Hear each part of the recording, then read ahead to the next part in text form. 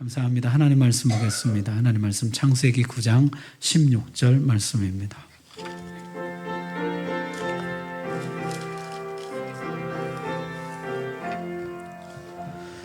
하나님 말씀 봉독할 때 우리 다 함께 자리에서 일어나셔서 16절 말씀 함께 봉독하겠습니다. 시작. 무지개가 구름 사이에 있으리니 내가 보고 나 하나님과 모든 육체를 가진 땅의 모든 생물 사이에 영원한 언약을 기억하리라. 아멘. 하나님과 사람이 맺은 첫 번째 약속, 행위 언약, 순종의 약속이었죠. 순종하면 영생이요, 불순종하면 죽음이라. 안타깝게도 아담은 불순종하고 말았습니다. 순전한 상태의 아담이 실패했다면 죄로 오염된 본성을 가진 아담의 후손들 중 누구도 순종에 이르지 못한다는 것이죠. 그래서 하나님이 사람과 맺은 두 번째 약속, 은혜 언약, 은혜의 약속입니다. 여자의 후손 그리스도가 오셔서 뱀을 물리치고 영생을 획득하실 것이요, 그 영생을 너에게 주실 것이다.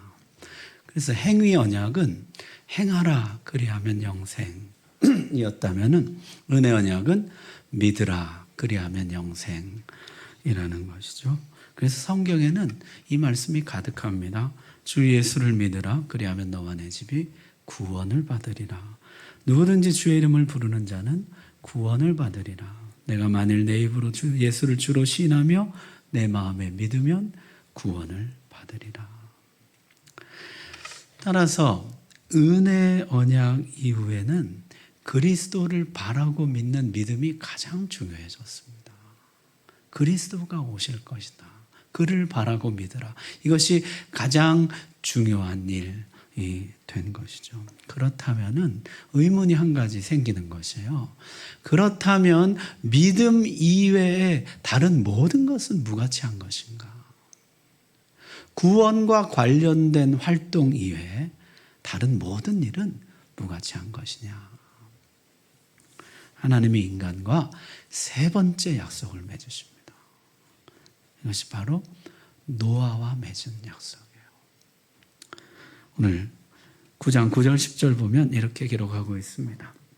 내가 내 언약을 너희와 너희 후손과 너희와 함께한 모든 생물 곧 너희와 함께한 새와 가축과 땅의 모든 생물에게 세우리니 방주에서 나온 모든 것 곧 땅의 모든 짐승에게니라.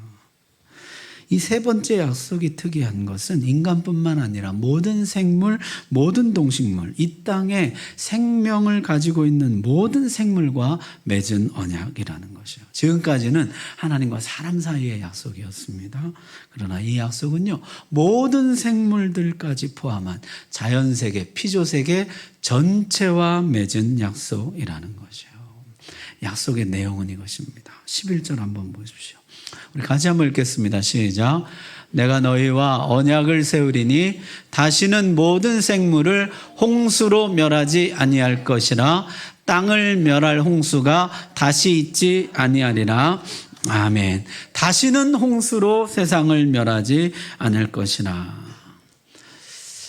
홍수는 피조세계에 하나님을 심판을 알리는 강력한 경고였는데요. 아마도 모든 자연 만물이 하나님을 두려워하는 계기가 되었을 것입니다.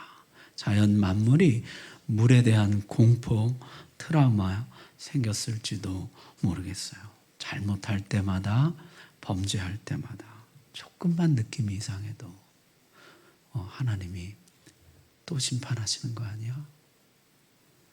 또 홍수가 내 삶에 덮쳐오면은 어떻게 하지? 공포에 떨었을 수가 있습니다. 600년 2월 17일에 홍수가 시작되거든요. 그리고 40일간 비가 내리고 601년 2월 27일에 방주에서 나와요. 그러니까 1년 열흘을 방주 안에서 지낸 것이에요. 열흘만 갇혀 있어도 그 트라우마가 상당할 텐데 1년 열흘을 갇혀 있었습니다. 인간은 말할 것도 없고 방주 안에 있던 수많은 동물들도 너무나 힘겨운 시간이었을 것이에요. 동물원 관계자들 말씀을 들어보면요, 우리나라에 없는 희귀동물들 다른 나라에서 이렇게 들여오잖아요. 들여오는데 가장 큰 문제가 이 비행기 안에서 10시간, 20시간 죽지 않고 살아있는 것이에요. 그게 제일 어렵다는 것이에요. 최신 냉난방에 최적의 환경을 갖추어 주어도 많은 동물들이 오다가 중간에 폐사한다.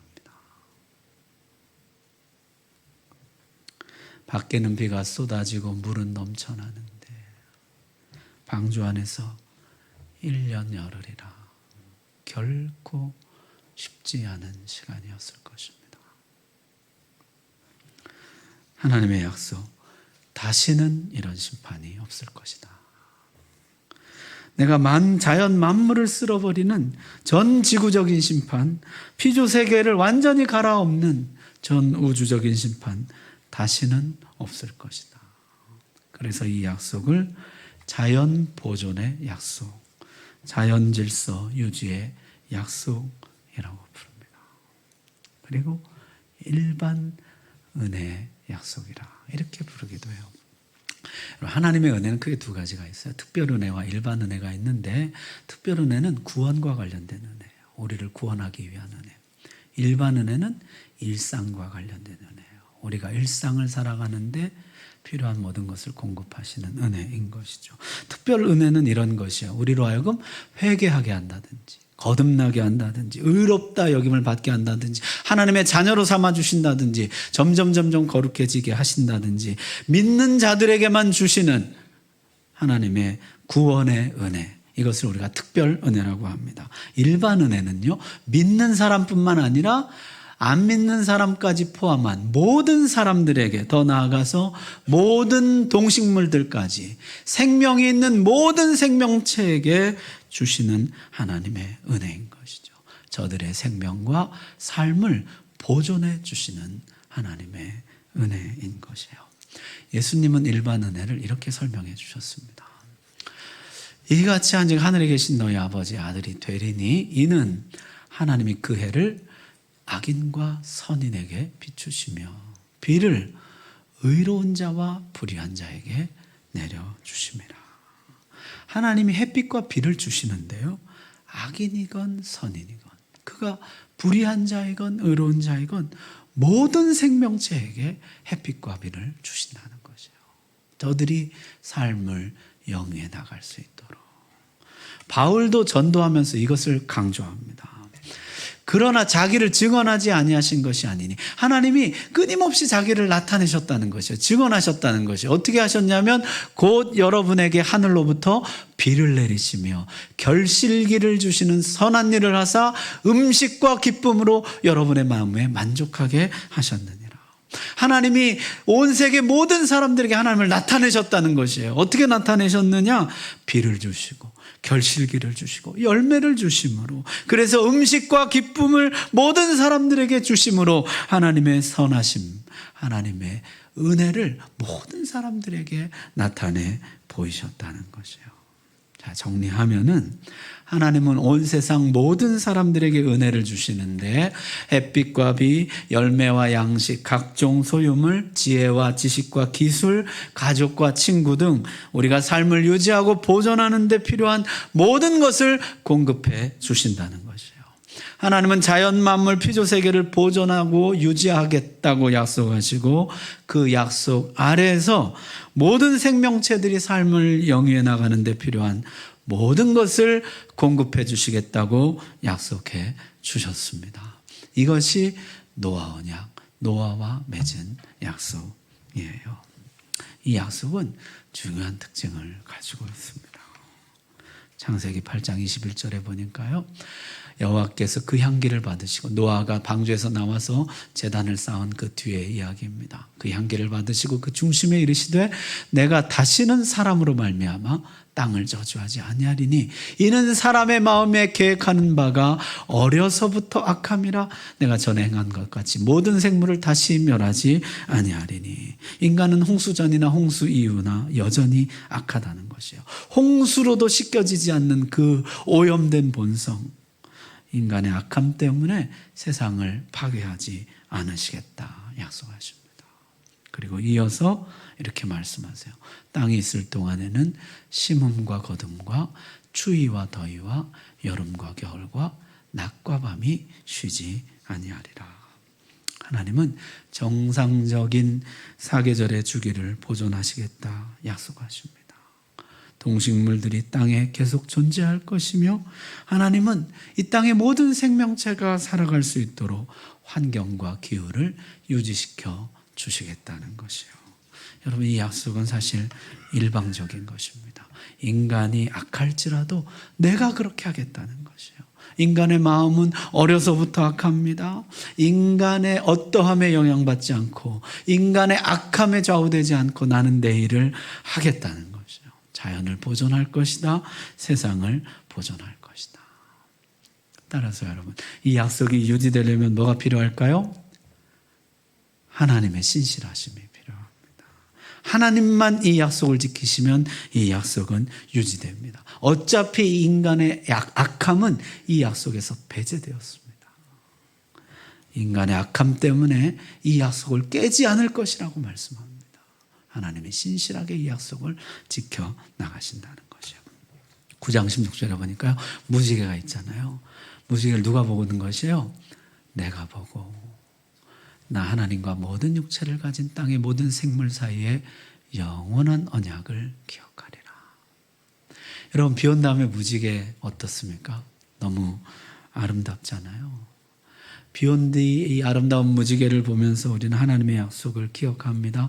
하나님이 세상을 보존해 주겠다 약속하셨지. 그런데 그 순간에 누구도 그 무지개를 보고 있다는 거예요. 하나님도 그 무지개를 보고 계시다는 거죠. 하나님도 무지개를 보시며 세상을 보존하겠다는 자신의 약속을 기억하신다. 그렇게 말씀합니다. 하나님이 이렇게 말씀하세요. 너희가 능히 낮에 대한 나의 언약과 밤에 대한 나의 언약을 깨뜨려 주야로 그 때를 잃게 할 수 있을진데 내 종 다윗에게 세운 나의 언약도 깨뜨려 그에게 그의 자리에 앉아 다스릴 아들이 없게 할 수 있겠으며 내가 나를 섬기는 레위인 제사장에 세운 언약도 파할 수 있으리라. 여러분, 이게 무슨 말입니까? 너희가 낮과 밤의 언약을 깨뜨릴 수 있다면 다윗을 향한 너희를 향한 나의 약속도 깨뜨릴 수 있을 것이다. 이게 무슨 뜻이에요? 낮과 밤의 약속을 깨뜨리는 것은 불가능하다는 것이에요. 그것은 하나님의 변치 않는 약속이라는 것입니다. 여러분, 인간이 얼마나 악합니까? 세상은 또 얼마나 흉폭해져 가고 있습니까? 최근에 일어난 사건들만 한번 보세요. 신림동 살인사건, 분당역 살인사건, 버젓이 사람을 죽이고 또 사람을 죽이겠다고 떠들어대고 광고하고 그러면서도 전혀 부끄러운 줄도 모르고 죄책감도 없습니다. 그런데도 이 사회가 유지되고 세상이 계속 돌아가고 있는 것이 그저 신기하고 놀라울 따름이에요. 하나님이 이 약속 지키기가 쉽지 않겠다, 그런 생각이 들어요. 이 망할 놈의 세상 그냥 포기해버려? 이런 생각 들지 않으실까요? 이거 그냥 싹 갈아엎고 새로 만들어? 그런 생각 드시지 않을까요? 너무나 악한 인간들을 보면서 이 약속 지키시기가 쉽지 않겠다. 하나님 여전히 자기 약속을 지키고 계신다는 것이죠. 여러분, 그렇게 폭염, 폭우, 아우성을 쳤는데요, 이제 아침 저녁으로 선선한 바람이 붑니다. 가을이 되면 다시 추수가 시작될 것이고 열매들을 얻게 될 것입니다. 하나님 지금도 신실하게 이 약속을 지키고 계십니다. 그리고 하나님이 이제 이 약속에 징표를 주셨어요. 그게 뭡니까? 무지개죠, 무지개. 13절 한번 보십시오. 내가 내 무지개를 구름 속에 두었나니 이것이 나와 세상 사이의 언약의 증거니라. 거기 보니까 하나님이 내 무지개라 이렇게 했어요. 내 무지개라 번역했지만 이게요, 무지개가 히브리어로 퀘셰트인데요, 활이라는 뜻이에요. 그래서 직역하면은 내 활을 구름 속에 두었다 이런 뜻이에요. 내가 내 활을 구름에 걸어 두었다, 하늘에 걸어 두었다 이런 뜻이죠. 여러분, 고대 사회에서 활은 신들의 무기예요. 신들의 무기는 활입니다. 전쟁에 승리한 왕이 개선할 때요, 그들이 개선할 때는 어떻게 합니까? 활을 이렇게 수평으로 어깨에 걸치고 돌아가요. 이 수평으로 놓인 활은요, 승리의 상징이고 평화의 상징인 거죠. 여러분, 싸우러 갈 때는 어떻게 합니까? 전쟁에 나갈 때는 언제든지 쏠 수 있도록 활을 수직으로 드는 것이거든요. 이게 수평으로 걸려 있다는 것은 하나님의 활이 쉬고 있다 이런 뜻이에요. 하나님이 활을 하늘에 걸어놨다는 것은 하나님이 세상을 더 이상 공격하지 않으시겠다 이런 뜻이에요. 또 다른 이해도 있는데요. 뭐냐면 이 고대인들은 하늘이나 궁창 위에 물들이 쏟아질 때 그것이 이 땅에 쏟아지지 않도록 막아주는 거대한 돔형의 벽을 그 무지개에서 연상했다는 것이에요. 거대한 우산인 셈이죠. 하나님의 거대한 우산이 우리를 보호해 줄 것이다. 무지개를 볼 때마다 하나님이 평화를 선언하셨다. 하나님이 세상을 공격하지 않으신다. 하나님이 세상을 보호하시고 보존하시고 유지하신다. 그 약속을 떠올리게 하셨다는 것이에요. 이것이 약속의 징표입니다. 자, 이 약속이 실현될 수 있도록 하나님은 몇 가지 복을 덧붙여 주셨어요. 첫 번째는요, 생육과 번성의 복입니다. 9장 1절 한번 보십시오.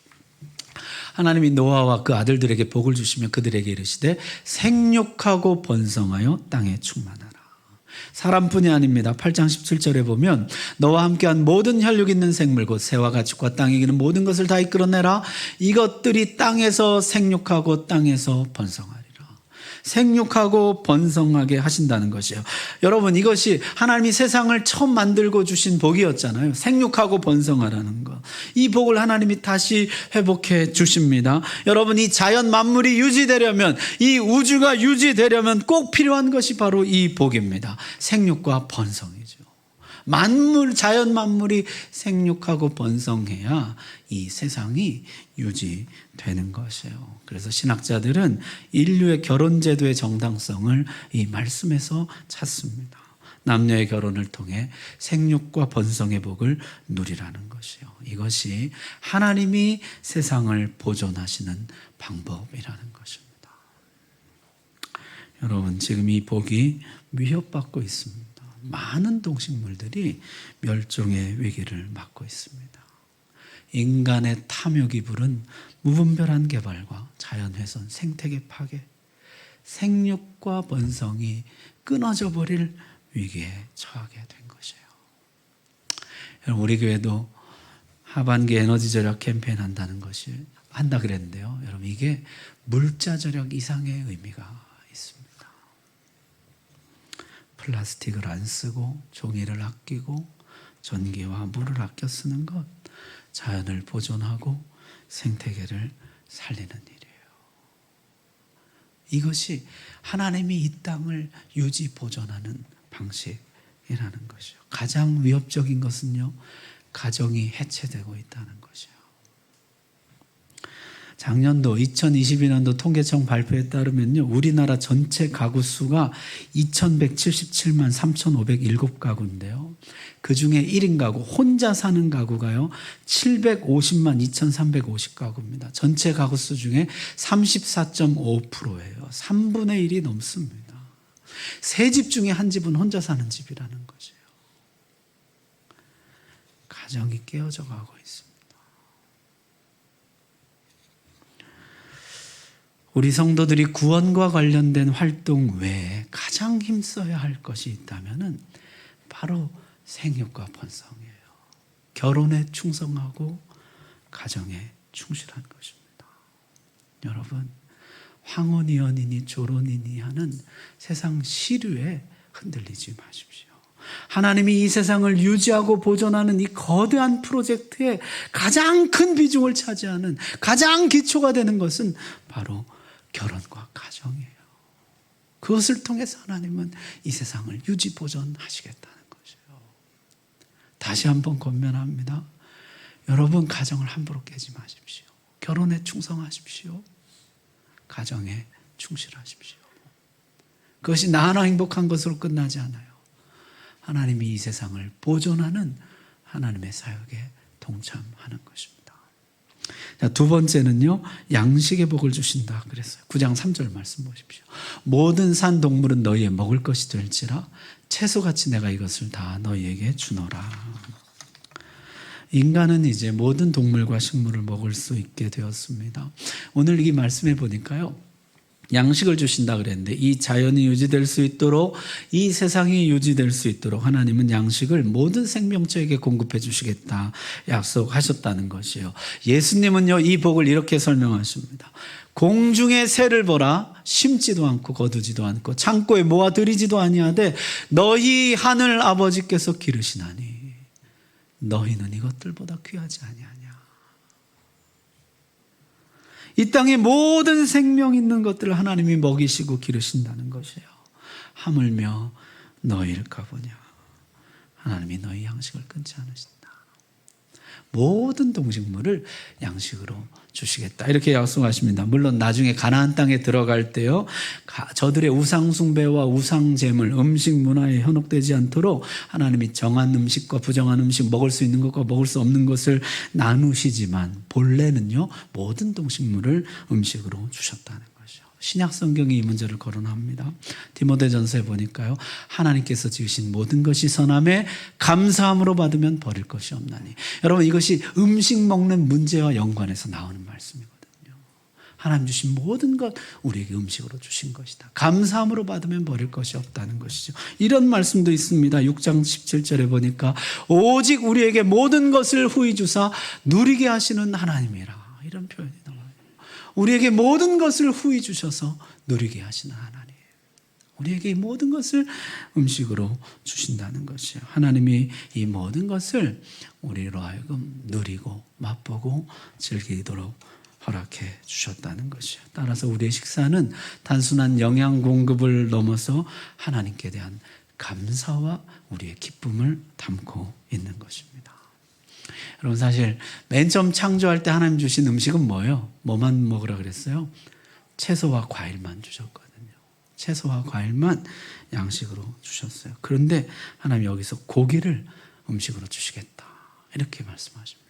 고기를 주시겠다 그러니까 벌써 얼굴이 밝아지는 분들이 하나님이 고기도 우리에게 양식으로 주시겠다 하셨어요. 여러분, 왜 고기를 허락하셨을까요? 몇 가지 이제 학자들의 주장인데, 첫 번째는요, 지금 지구상에 남아있는 남자는 4명입니다. 노아와 그 아들 셋이에요. 그래서 4명밖에 없어요. 동물들은요, 에덴의 그 동물들이 아닙니다. 이미 허무한 데 굴복되어서 약육강식의 본성을 가지고 있는 동물들이에요. 따라서 범죄로 인해 만물의 통치권을 상실한 인간을 동물들로부터 보호하기 위한 조치였다는 것이에요. 동물들이 너희를 무서워할 것이다. 또 다른 주장은요, 홍수로 자연 환경이 달라졌다는 것에 주목합니다. 오존층이 얇아지고 이제 전처럼 1000살씩 살고 그런 환경이 아니라는 것이죠. 이제 인간의 수명은 120년으로 짧아집니다. 채소와 과일만으로 건강과 체력을 유지할 수 있었던 에덴의 환경이 아니라는 거죠. 달라진 환경 속에서 인간이 생존을 유지해 갈 수 있도록 육식을 허락하셨다는 것이에요. 어쨌든 이제 노아 홍수 이후로 모든 동식물을 사람의 음식으로 하나님이 허락하십니다. 신학자들은 이 말씀에서 노동의 정당성을 찾습니다. 여러분, 모든 동식물을 음식으로, 양식으로 삼기 위해서는 어떻게 됩니까? 토양을 개간하고 동물의 때를 돌봐야 합니다. 경작과 목축, 노동과 수고가 양식을 얻기 위한 필연적인 방편이었다는 것이에요. 그것이 하나님이 우리에게 양식을 공급하는 방법이에요. 여러분, 하나님이 양식을 우리에게 주시는데요, 만나같이 하늘에서 떨어지는 것이 아닙니다. 경작과 목축, 노동과 수고를 통해서 양식을 얻게 하셨다는 것이에요. 그래서 우리 성도들이 힘써야 할 것 중에 하나는 정당한 노동과 직업활동입니다. 노동을 경시하고 기피하는 세상 풍조를 벗어버리고 불로소득을 꿈꾸는 시류를 거슬러서 양식을 얻는 정당한 노동에 힘써야 한다는 것이에요. 너도 나도 불로소득을 향해서 눈이 벌거요. 이런 악한 세대에 오늘도 하나님이 세상을 보존하고 내 삶을 보존하는 방식이 정당한 노동과 직업활동이라는 것을 기억해야 합니다. 그리고 열심히 일해야 한다는 것이에요.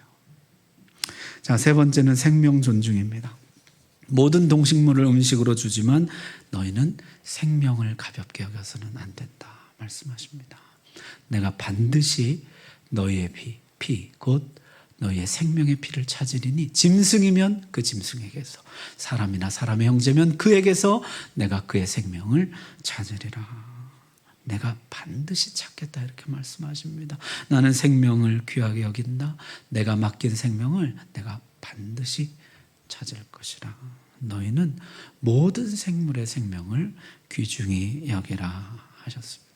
여러분, 우리가 동식물을 양식으로 먹게 되었다는 것이 무슨 뜻입니까? 동식물의 생명에 기대서 우리 생명을 연장하고 있다는 뜻이에요. 하나님이 만드신 생명들, 그 생명들을 먹고 우리 생명이 유지되고 있다는 뜻이에요. 생명을 귀히 여겨야 합니다. 생명을 살리는 용도 외에 생명을 함부로 죽여서는 안 된다. 모든 생명을 내가 도로 찾을 것이라 말씀하시는 것이죠. 무엇보다 소중한 것은 사람의 생명입니다. 다른 사람의 피를 흘리면 그 사람의 피도 흘릴 것이니 이는 하나님이 자기 형상대로 사람을 지으셨음이니라. 이것은 이제 거의 불가침의 신성에 해당합니다. 하나님의 형상대로 지음받은 사람이라 절대로 사람의 피를 흘려서는 안 된다. 모든 동식물을 먹을 수 있지만은 절대로 사람을 해쳐서는 안 된다. 모든 생물들의 생명을 함부로 다루어서는 안 되지만 무엇보다도 사람의 생명을 함부로 다루어서는 안 된다. 반드시 생명으로만 그 값을 치를 수 있다는 것이에요. 그래서 신학자들은 이 말씀에서 국가의 정당성을 찾습니다. 여러분, 로마서에 보면 이런 말씀이 있어요. 우리 같이 한번 읽어볼까요? 그는 하나님의 사역자가 되어, 여기서 그는 정부입니다.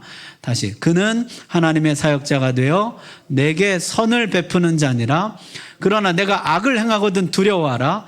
그가 공연히 칼을 가지지 아니하였으니 곧 하나님의 사역자가 되어 악을 행하는 자에게 진노하심을 따라 보응하는 자니라. 아멘. 거기 보면요, 정부가 하는 일이 선을 베풀기도 하고 보응하기도 한다는 것이 권선징악의 역할을 합니다. 하나님이 정부를 세우신 목적은 인간 생명을 보호하고 사회 질서를 유지하는 데 있다는 것이에요. 국가는 비록 불완전하지만 하나님이 제정하신 방편입니다. 하나님은 국가를 통해서 악행자들을 벌하시고 인간의 타락을 억제하십니다.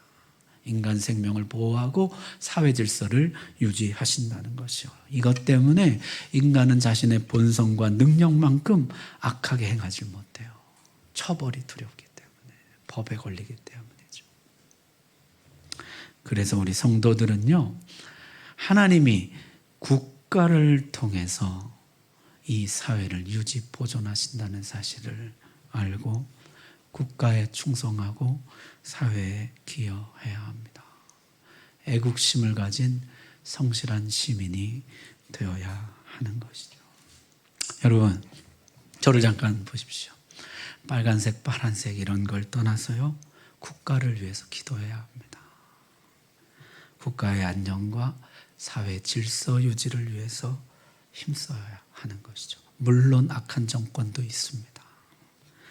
비폭력 저항운동, 시민불복종, 올바른 투표권 행사를 통해서 성실한 시민의 의무를 다해야 합니다. 여러분, 하나님은 인간 생명 보호와 사회 질서 유지를 국가에 맡기셨어요. 아무리 악한 정부도 무정부보다는 낫다는 말이 있습니다. 여러분, 국가를 위해 기도해야 합니다. 나라와 민족을 위해서 기도해야 합니다. 그것이 성도들이 해야 할 일인 것이죠. 자, 말씀 마치겠습니다. 은혜의 언약이 주어졌어요. 메시아가 오실 것이다. 그가 너에게 구원을 주실 것이다. 이제 그분을 바라고 믿으라. 그것이 유일한 삶의 길이다. 그렇다면은 믿음 외에 다른 모든 것은 무가치합니까? 구원과 관련된 활동이 아니면은 다른 모든 인간의 활동은 무가치한 것입니까? 그래서 하나님이 맺은 언약이 노아 언약이에요. 노아와 맺은 언약이에요. 아니라 하나님이 창조하신 세상, 하나님이 보존하시는 세상, 너희도 이 세상을 보존하는 일에 동참하여라. 하나님 그렇게 말씀하시는 그 활동이, 그 일이, 그 역사가 소중하다는 것이요. 첫 번째는 생육과 번성이에요. 하나님이 결혼과 가정을 축복하십니다. 결혼에 충성하고 가정에 충실하라는 것이에요. 두 번째는 양식을 주신다 그러셨습니다. 직업과 노동을 축복하신다 하셨어요. 노동 경시 풍조를 벗어버리고 열심히 일해야 합니다. 우리 성도들은 누구보다 열심히 일해야 해요. 그것이 하나님이 이 세상을 유지 보존하는 방식인 것이요. 세 번째, 생명을 존중히 여기라 하셨어요. 국가와 사회를 축복하신다 하셨습니다. 애국심을 가진 성실한 시민이 되어야 합니다. 나라와 민족을 위해서 기도해야 합니다. 국가의 안녕을 위해서, 이 사회 질서 유지를 위해서 우리가 기도해야 한다는 것이죠. 그게 하나님이 이 사회를, 이 세상을, 이 우주를 보존하시는 방편인 동시에 그것이 내 삶을 보존하는 하나님의 방편인 것이에요. 내가 결혼에 충성하고 가정에 충실할 때 내 삶이 보존되는 것이에요. 내가 열심히 일할 때, 내가 직업과 노동에서 충실할 때 내 삶이 보존되는 것입니다.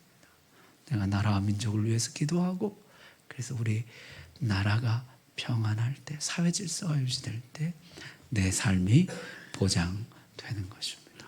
그게 하나님이 만물을 보존하고 내 삶을 보존하는 방식인 것이에요. 오늘 이 약속 여러분의 약속으로 받으시길 바랍니다.